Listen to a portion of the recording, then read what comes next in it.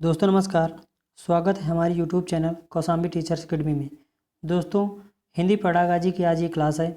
अगर आप इसके पहले की क्लासेस ना देखे हों तो प्लेलिस्ट में जाएं और सभी क्लासेस देख लें, क्योंकि सारी क्लासेस सीटेड सिलेबस के अनुसार चैप्टर वाइज हैं। यदि आप सारी क्लासेस देख लेंगे तो आने वाले आगे के सभी प्रश्नों को हल करने में आपको आसानी होगी।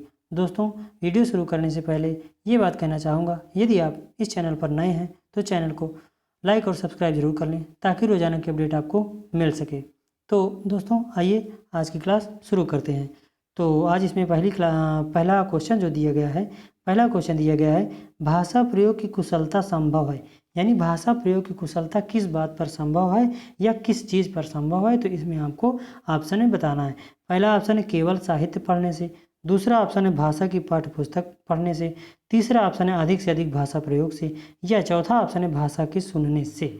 तो भाषा प्रयोग की कुशलता किस बात पर संभव है, तो इसमें हम आपको टैग वर्ड बताते हैं। जो केवल होता है ये बात गलत होती है, छोटे बच्चों पे लागू नहीं होती, तो ये दोनों ऑप्शन कट जाएगा।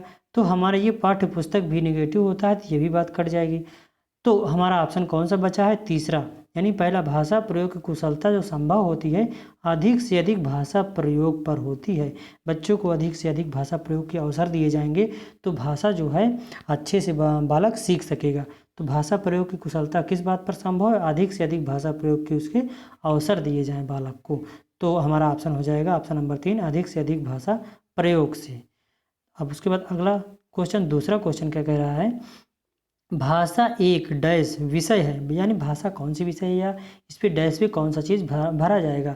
तो पहला सैद्धांतिक, दूसरा व्यवहारिक, तीसरा नीरस, या चौथा चुनौतीपूर्ण। तो भाषा एक क्या है, सैद्धांतिक है कि व्यवहारिक है कि ये नीरस है या चुनौतीपूर्ण है। तो भाषा जो होती है हमेशा क्या होती है, व्यवहारिक होती है। तो दूसरे का दूसरा हमारा सही हो जाएगा, व्यवहारिक। भाषा एक व्यवहारिक विषय है जो बोलचाल में हमेशा प्रयोग की जाती है। तो क्या है, ये भाषा एक व्यवहारिक विषय है। उसके बाद तीसरा ऑप्शन, तीसरा क्वेश्चन क्या कह रहा है, तीसरा क्वेश्चन कह रहा है भाषा की प्रकृति, भाषा की प्रकृति के संबंध में कौन सा कथन उचित नहीं है, यानी निगेटिव आपको छांटना है। तो इसमें भाषा कठोरता से व्यवहारिक नियमों का अनुसरण करती है। दूसरा ऑप्शन है भाषाएं एक दूसरे से सान्निध्य से फलती फूलती हैं, या भाषा एक नियमबद्ध व्यवस्था है, या भाषा जितना अधिक प्रयोग किया जाएगा उतना ही भाषा की पकड़ जो होती है मजबूत होती जाएगी। तो इसमें हमको निगेटिव छांटना है। ये तीन ऑप्शन है जो पॉजिटिव है, एक निगेटिव, उसी को हमको छांटना है। तो जो ये है चौथा ऑप्शन, भाषा जितना अधिक प्रयोग किया जाएगा उतना ही भाषा की पकड़ जो होती मजबूत होती जाएगी, ये 100% राइट है। आप दूसरे क्वेश्चन में भी देखे हैं। फिर भाषा एक नियमबद्ध व्यवस्था होती है, ये भी बात सही है। भाषा एक दूसरे के सानिध्य से फलती फूलती, ये भी बात सही है। लेकिन ऑप्शन पहला क्या कह रहा है, भाषा जो है कठोरता से व्याकरणिक नियमों का अनुसरण करती है, यह बात गलत है। तो यही पूछ रहा है कौन सा उचित नहीं है, तो पहला नंबर उचित नहीं है। तो हमारा तीसरे का जो होता है पहला ऑप्शन सही हो जाएगा। उसके बाद चौथा क्वेश्चन क्या कह रहा है, चौथा क्वेश्चन कह रहा है निम्नलिखित में से कौन सा कथन सत्य नहीं है, यानी इसमें भी निगेटिव छांटना है। वाणी अस्थायी होती है और लिखित भाषा की तुलना में काफ़ी तेजी से बदलती रहती है। दूसरा ऑप्शन, भाषा और लिपि के बीच संबंध नहीं होता। तीसरा ऑप्शन, विश्व की सभी भाषाएं थोड़े से फेरबदल से एक ही लिपि में लिखी जा सकती हैं। या चौथा ऑप्शन कह रहा है उपरोक्त में से सभी सही है। तो इसमें से ये क्वेश्चन बोला है कौन सा नहीं है, कौन सा कथन सत्य नहीं है। तो इसमें से आप इसको देखिए, तीसरे ऑप्शन को, विश्व की सभी भाषाएं थोड़े से फेरबदल से एक ही लिपि में क्या लिखी जा सकती हैं, ये बात गलत है।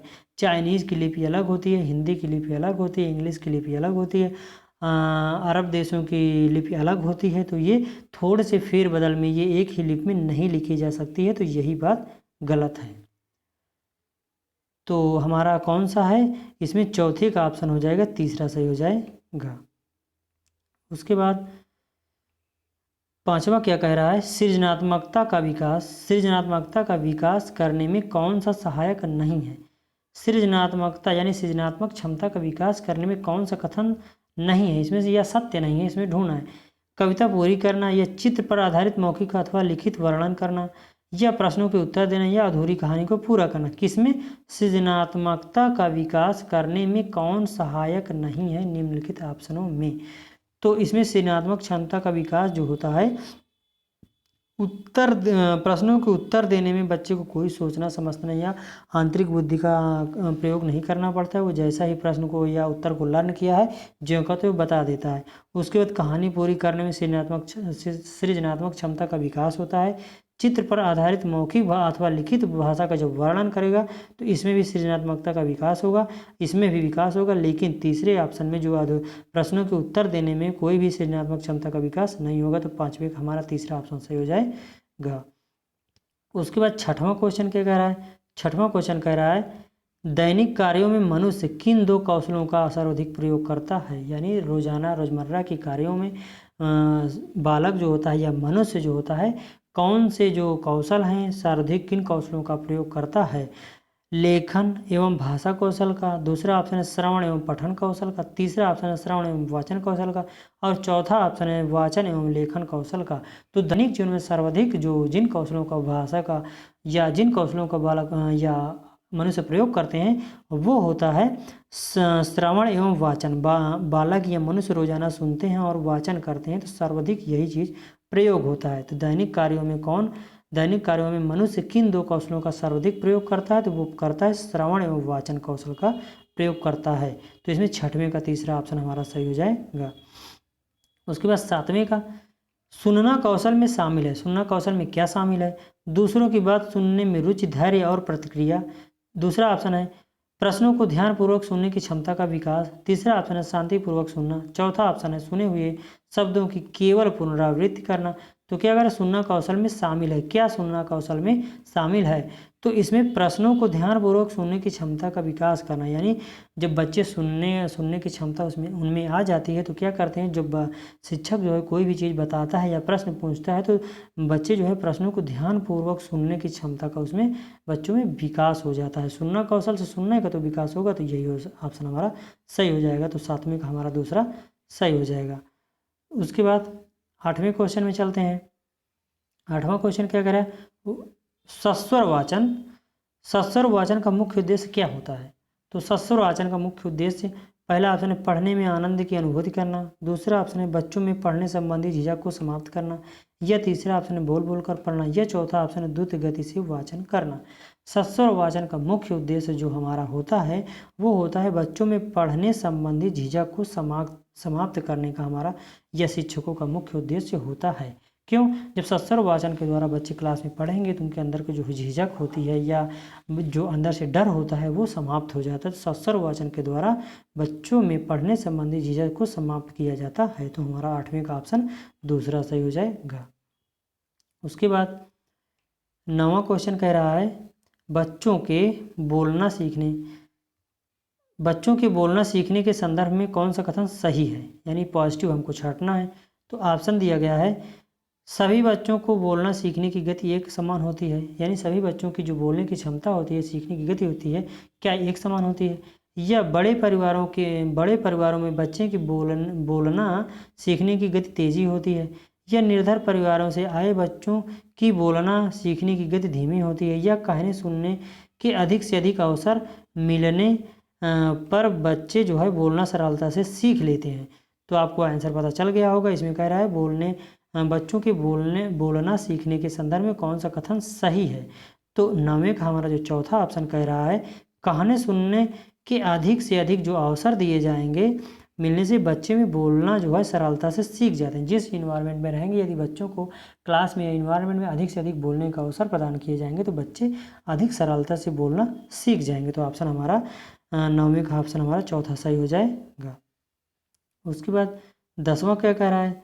दसवां कह रहा है सुनना बोलना कौशलों के विकास के लिए सर्वोत्तम विधि कौन सी हो सकती है। यानी सुनने और बोलने कौशल के विकास के लिए सर्वोत्तम विधि कौन सी हो सकती है। तो पहला ऑप्शन है कहानी कहना और उस पर बच्चों की प्रतिक्रिया जानना।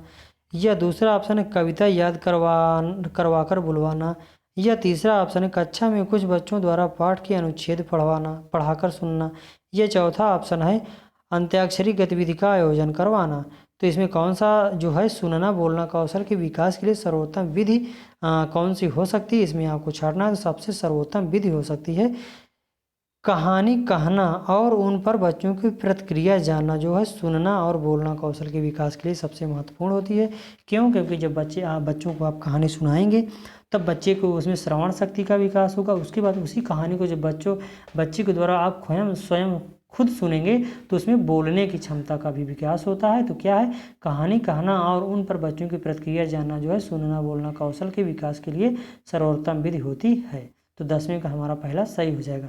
याद करवाना जो होता है नेगेटिव टैग वर्ड होता है। कक्षा में बच्चों द्वारा पाठ अनुच्छेद पढ़वाएंगे तो जो बच्चे उसमें कुछ उसमें क्या करेंगे, केवल सुन लेंगे या पढ़ लेंगे, बस हो गया। तो इसमें या तो पढ़वाएंगे तो केवल पढ़ लेगा, बस, इसमें ज़्यादा कुछ नहीं होगा। अंत्याक्षरी के द्वारा भी इसमें नहीं होगा। सबसे ज़्यादा हमारा ऑप्शन सही है, ऑप्शन नंबर 1। तो 10वीं का ऑप्शन सही हो जाएगा पहला। उसके बाद 11वां क्वेश्चन, 11वां कह रहा है विकास ने अपने क्षेत्र में आयोजित रंगारंग कार्यक्रम के विषय में अपने मित्रों को सुनाया। इस विधि में वह किस कौशल का प्रयोग कर रहा है? यानी विकास कोई एक अध्यापक है या बालक है। विकास ने अपने क्षेत्र में आयोजित रंगारंग कार्यक्रम के विषय में अपने मित्रों को सुनाया, यानी मित्र कोई बालक है, अपने मित्रों को सुनाया। इस विधि में वह किस कौशल का प्रयोग कर रहा है? तो इस विधि में वह किस कौशल का प्रयोग कर रहा है? तो इस विधि में वह वाचन कौशल का प्रयोग कर रहा है। क्यों? क्योंकि विकास ने अपने क्षेत्र में आयोजित रंगारंग कार्यक्रम के विषय में अपने मित्रों को सुनाया, यानी वो सुना रहा है ना, तो वाचन कर रहा है। इस स्थिति में किस कौशल का विकास होता है? इस स्थिति में जो है उसका यानी विकास का वाचन कौशल का विकास होगा। तो 11वां का हमारा तीसरा ऑप्शन सही हो जाएगा। उसके बाद 12वां क्वेश्चन कह रहा है बोलना। ये देखिए सारे क्वेश्चन सीटेट एग्जाम में आए हुए क्वेश्चन है। बोलना कौशल में महत्वपूर्ण है। बोलना कौशल में क्या सबसे सर्वाधिक महत्वपूर्ण होता है उसको हमको बताना है। मधुर वाणी या संदर्भ एवं स्थिति के अनुसार अपनी बात कह सकना, या स्पष्ट एवं शुद्ध उच्चारण, या अलंकारिक भाषा का प्रयोग करना। तो बोलना कौशल में सर्वाधिक क्या महत्वपूर्ण होता है, इसमें आपको छांट के बताना है। तो बोलना कौशल में अलंकारिक भाषा का प्रयोग एक निगेटिव टैग वर्ड होता है प्राथमिक बालक के लिए, तो ये गलत हो जाएगा। उसके बाद क्या है, मधुर वाणी, अस्पष्ट शुद्ध उच्चारण या संदर्भ की स्थिति के अनुसार यह बात अपनी बात कह सकना। तो इन तीनों में से सबसे ज़्यादा अप्रोप्रिएट, सबसे ज़्यादा अच्छा ऑप्शन है संदर्भ एवं स्थिति के अनुसार अपनी बात कहना जो है बोलना कौशल का एक बोलना कौशल महत्वपूर्ण होता है। बोलना कौशल में महत्वपूर्ण होता है क्या, संदर्भ एवं स्थिति के अनुसार अपनी बात कह सकना, ये होता है इंपॉर्टेंट होता है। तो 12वें का हमारा दूसरा ऑप्शन सही हो जाएगा। उसके बाद 13वां क्वेश्चन, 13वां कह रहा है भाषा का प्रयोग। भाषा का प्रयोग पहला ऑप्शन जीवन के विभिन्न संदर्भों में होता है, या केवल परीक्षा में होता है, या केवल पाठ्य पुस्तक में होता है, या केवल मुद्रित सामग्री में होता है। तो आप टैग वर्ड के हिसाब से, ट्रिक के हिसाब से आप आंसर तुरंत 1 सेकंड में कर सकते हैं। केवल इसमें भी है, इसमें भी है, इसमें है, सारे ऑप्शन कट जाएंगे। पाठ्य पुस्तक भी इसमें है, तो ये सारे ऑप्शन कट जाएंगे। ऑप्शन हमारा कौन सा बचा, जीवन के विभिन्न संदर्भों में क्या होता है, भाषा का प्रयोग होता है। आप ओरली भी समझ सकते हैं क्या भाषा का प्रयोग कहाँ कहाँ होता है। तो जीवन के किसी भी पड़ाव में रहेंगे आप, जीवन के किसी भी या विभिन्न संदर्भों में भाषा का प्रयोग होता है। तो 13वां का ऑप्शन हमारा दूसरा सही हो जाएगा। उसके बाद भाषा स्वयं में क्या होती है, एक जटिल चुनौती है, या एक विषय मात्र है, या संप्रेषण का एकमात्र साधन है, या एक नियमबद्ध व्यवस्था होती है। तो 14वां क्वेश्चन है भाषा स्वयं में क्या होती है। भाषा स्वयं में जो होती है एक नियमबद्ध व्यवस्था होती है। तो ये ऑप्शन हमारा 100% राइट हो जाएगा। 14वें का हमारा चौथा ऑप्शन सही हो जाएगा। दोस्तों देखिए इतना आसान क्वेश्चन है, लेकिन ये सीटेट नवंबर 2012 में आया हुआ क्वेश्चन है। उसके बाद भाषा डैश और डैश का एक उत्तम साधन है। किसका उत्तम साधन है, सुनने बोलने और सोचने का, या पढ़ने लिखने और संप्रेषण का, या सोचने समूह करने चीज़ों को सुनने में, या पढ़ने लिखने एवं समझने में। तो सभी में हो सकता है, लेकिन सबसे ज़्यादा अच्छा ऑप्शन जो होता है उसमें होगा। तो जो संप्रेषण होता है, ये जो भाषा के द्वारा संप्रेषण होता है, ये सभी कौशलों का इसमें विकास होता है। तो दूसरे में ऑप्शन में पढ़ने लिखने और संप्रेषण में क्या होता है, एक उत्तम साधन होता है क्या, भाषा का प्रयोग। तो इसमें फिर से फिल करके देखते हैं। भाषा जो है पढ़ने लिखने और संप्रेषण का एक उत्तम साधन होता है। तो ऑप्शन हमारा 15वें का दूसरा सही हो जाएगा। संप्रेषण जो सबसे उचित, जो इसमें सभी चीज़ों में दिया गया है, सबसे अच्छा और सबसे उचित होता है, तो ये संप्रेषण के द्वारा इसी ऑप्शन को टिक कर रहे हैं। पढ़ना लिखना और संप्रेषण जो है एक उत्तम साधन होता है भाषा कौशल का। तो 15वें का ऑप्शन हमारा दूसरा सही हो जाएगा। उसके बाद 16वां क्वेश्चन कह रहा है, प्राथमिक स्तर पर एक भाषा शिक्षक से सर्वाधिक अपेक्षित क्या होना चाहिए? यह अपेक्षित है क्या? पाठ्य पुस्तक में दी गई सभी कहानी कविताओं को कंठस्थ करना, या बच्चों को मानक भाषा का प्रयोग करवाना सिखाना, या कक्षा के बाहर यानी कक्षा और कक्षा के बाहर बच्चों के भाषा प्रयोग के लिए प्रोत्साहित करना, या बच्चों की निरंतर परीक्षाएं लेना। तो कौन सा इसमें अपेक्षित है इसको आपको बताना है। तो 16वां का कौन सा हो जाएगा हमारा ऑप्शन? तो इसमें ऑप्शन देखिए आप, इसमें कंठस्थ कर रहा है ना, तो ये बात गलत हो गई। उसके बाद तीनों ऑप्शन में देखिए, प्राथमिक स्तर पर भाषा शिक्षक से सर्वाधिक अपेक्षित क्या होता है? तो सर्वाधिक अपेक्षित जो होता है बच्चों की मानक भाषा का प्रयोग करवाना सर्वाधिक अपेक्षित होता है। तो 16वें का हमारा दूसरा ऑप्शन सही हो जाएगा। उसके बाद 17वां क्वेश्चन, भाषा विकास के संबंध में कौन सा कथन सही है? भाषा विकास के संबंध में कौन सा कथन सही है? ये भी देखिए सीटेट फरवरी 2015 में आया हुआ क्वेश्चन है। तो पहला ऑप्शन है, भाषा विकास व्यक्ति निरपेक्ष है, या बड़ों का संपर्क भाषा विकास की गति में तीव्र कर देता है, या भाषा विकास व्यक्तित्व सापेक्ष है, या प्रारंभिक भाषाई परिवेश की समृद्धता जो है भाषाई विकास में सहायक होती है। तो भाषा विकास के संदर्भ में कौन सा कथन सही है? तो आपको कौन सा कथन सही इसको बताना है। बड़ों के संपर्क भाषा विकास की गति को तीव्रता ला देता है। क्यों? क्योंकि तीव्र कर देता है। क्यों? क्योंकि जब बड़े के संपर्क में छोटे बालक रहेंगे तो बच्चे भाषा के प्रयोग को बहुत अच्छे तरीके से जानते रहते हैं, तो उनके भाषा प्रयोग को अनुकरण के माध्यम से बालक अच्छे तरीके से सीख सकता है। तो भाषा विकास के संबंध में कौन सा कथन सही है? बड़ों का संपर्क जो है भाषा विकास की गति को तीव्र कर देता है। ये हमारा ऑप्शन 17वां का दूसरा सही हो जाएगा। उसके बाद 18वां क्वेश्चन कह रहा है, किसी भी भाषा पर अधिकार प्राप्त करने के लिए सबसे महत्वपूर्ण है। क्या महत्वपूर्ण है? तो 18वां देखिए, शब्दों का अर्थ जानना, या उस भाषा की वाक्य संरचना जानना, या उस भाषा का अधिकाधिक प्रयोग करना, या उस भाषा का व्याकरण जानना। तो किसी भी भाषा का अधिकार प्राप्त करने से सबसे महत्वपूर्ण क्या होता है? तो सबसे महत्वपूर्ण होता है उस भाषा का अधिकाधिक प्रयोग करना। किसी भाषा को जानना है तो उस भाषा का सबसे अधिक आप प्रयोग करेंगे तो उस भाषा को सबसे अच्छे तरीके से और जल्दी आप सीख सकेंगे। तो प्रयोग करवाना भी एक पॉजिटिव टैग वर्ड होता है, इसलिए हमारा ऑप्शन सही हो जाएगा, ऑप्शन नंबर 3। उसके बाद 19वां क्वेश्चन कह रहा है, प्राथमिक कक्षाओं में बच्चे बहुत कुछ लेकर विद्यालय आते हैं, जैसे अपने अनुभव दुनिया के देखने का अपना दृष्टिकोण आदि। यानी ये चीज़ बालक लेके आते हैं, और इसमें क्या लेके आते हैं? समस्याएं लेके आते हैं, कि भाषा लेके आते हैं, या पाठ्य पुस्तकें लेके आते हैं, या कमियां लेके आते हैं।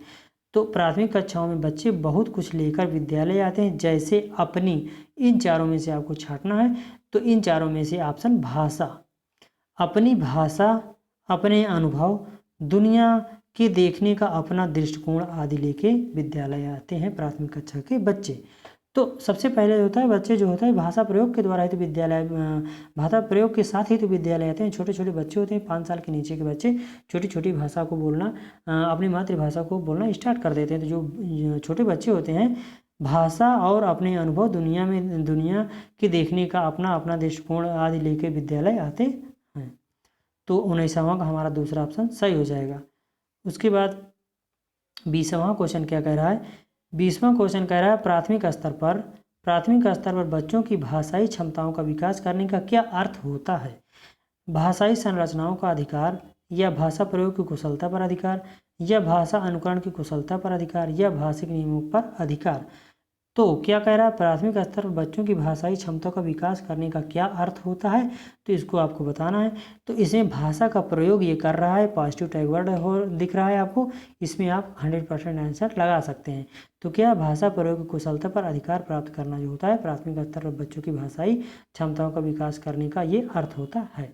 तो क्या है? प्राथमिक स्तर पर बच्चों की भाषाई क्षमताओं का विकास करने का अर्थ क्या होता है? भाषा प्रयोग की कुशलता पर अधिकार प्राप्त करना ये होता है। तो 20वां का ऑप्शन हमारा दूसरा सही हो जाएगा। उसके बाद 21वां क्वेश्चन क्या कह रहा है?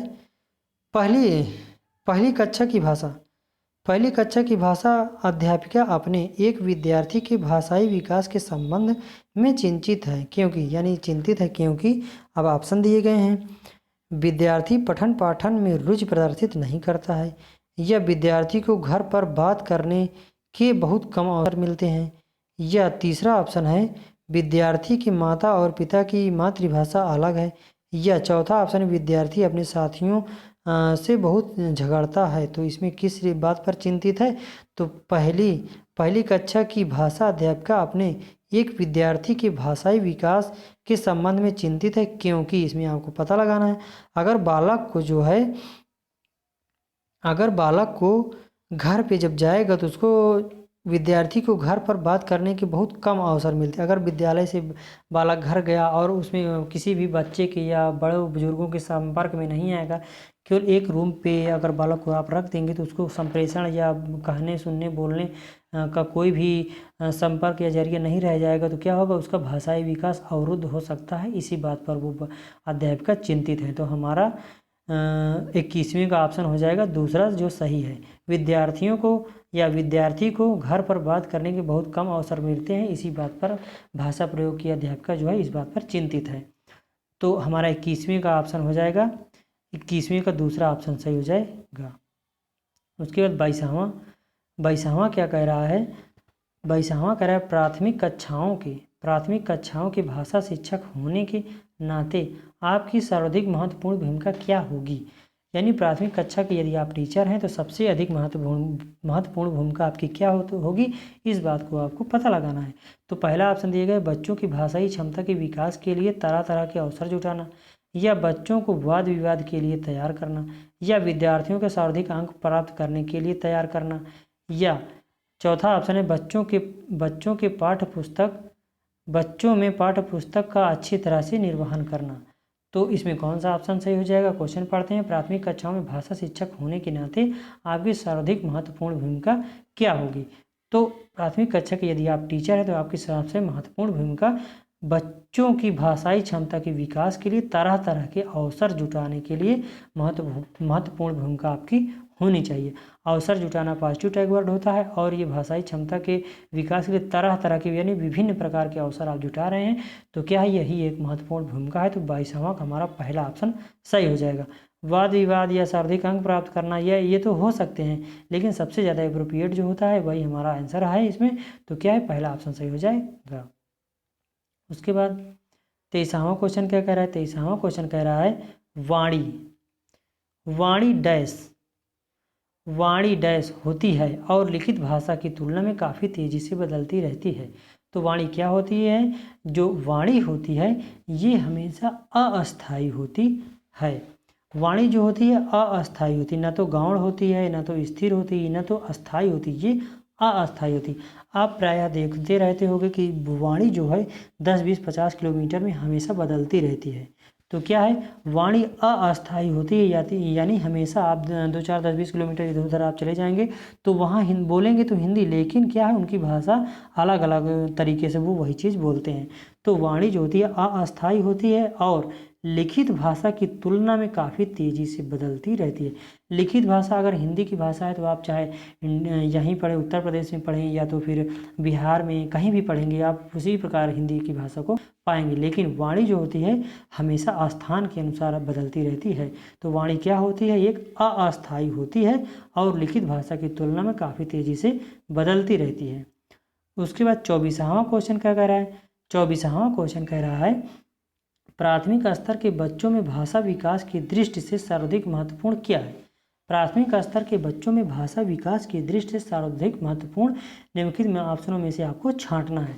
तो पहला ऑप्शन दिया गया है पत्रिका, दूसरा ऑप्शन दिया है पाठ्य पुस्तक, तीसरा ऑप्शन दिया है समाचार पत्र, चौथा ऑप्शन दिया है बाल साहित्य। तो इसमें देखिए ये सीटेड जुलाई 2016 में आया हुआ क्वेश्चन है, तो इसमें आपको छांट के बताना है।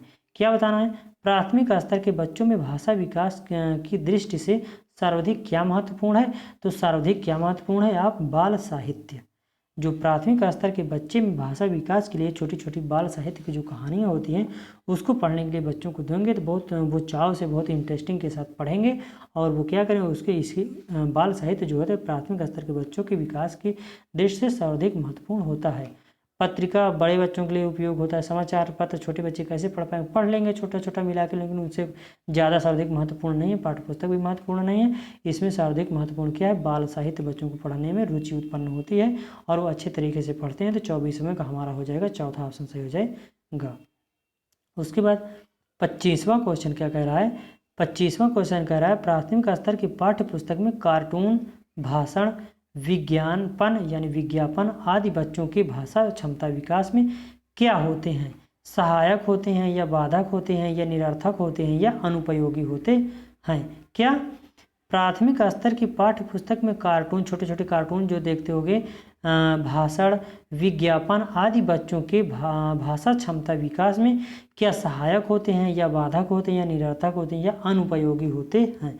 तो इसमें क्या होते हैं, तो प्राथमिक स्तर पर पाठ्य पुस्तक में जो कार्टून, भाषण और विज्ञापन आदि बच्चों के भाषा क्षमता के विकास में जो सहायक होते हैं। तो 25वें का हमारा ऑप्शन नंबर 1 सही हो जाएगा। उसके बाद 26वां क्वेश्चन देखते हैं। 26वां क्वेश्चन कह रहा है भाषा के माध्यम से, हम भाषा के माध्यम से डैश और डैश भी सीखते हैं या करते हैं। तो क्या करते हैं, भाषा के माध्यम से चिंतन या विचरण करते हैं, या सोचते और महसूस करते हैं, या सोचते और विचार करते हैं, या अनुभव और महसूस करते हैं। किसके माध्यम से, भाषा के माध्यम से हम क्या करते हैं, इसको हमको छांट के बताना है। तो भाषा के माध्यम से हम सोचते और विचार भी करते हैं। किसके माध्यम से, भाषा के माध्यम से हम सोचते हैं और क्या करते हैं, विचार करते हैं। तो 26वें का हमारा तीसरा ऑप्शन सही हो जाएगा। तो तीसरा ऑप्शन है सोचना और विचार करना जो होता है भाषा के माध्यम से हम करते हैं। तो हम भाषा के माध्यम से सोचते हैं और विचार भी करते हैं। उसके बाद 27वां क्वेश्चन, 27वां क्वेश्चन कह रहा है कक्षा 1 का कबीर शांति शब्द सुनकर फांति, डांति, मानती जैसे निरर्थक शब्द बोलकर मजे लेता है, यह प्रदर्शित करता है कि, यानी कक्षा 1 का बालक है, कबीर न हो उसका, यदि शांति शब्द उसको बताया गया या वहाँ के अध्यापक शांति शब्द बताएं तो उसको सुनकर बालक क्या प्रतिक्रिया करता है, फांति पढ़ता है या डांती पढ़ता है या मानती बोल रहा है, जैसे निरर्थक शब्दों को बोलकर मजे लेता है, यह प्रदर्शित करता है। यह क्या प्रदर्शित करता है, तो पहला उसे गलत संकल्पना विकसित कर ली है, यानी उसने गलत संकल्पना विकसित कर ली है, या वह ध्वन्यात्मक जागरूकता विकसित कर रहा है, या उसके बाद दोस्तों इसके बाद हम अगले वीडियो में यही 27 क्वेश्चन से हम अगले वीडियो में लेके आएंगे। तो दोस्तों हम आज इसमें 26वें क्वेश्चन तक पढ़ेंगे और अगले वीडियो में हम 27वें क्वेश्चन से लेके आएंगे। तो दोस्तों यदि हमारी वीडियो पसंद आ रहा हो आपको तो लाइक और सब्सक्राइब जरूर कर लें ताकि रोजाना की अपडेट आपको मिल सके। थैंक्स टू ऑल, जय हिंद।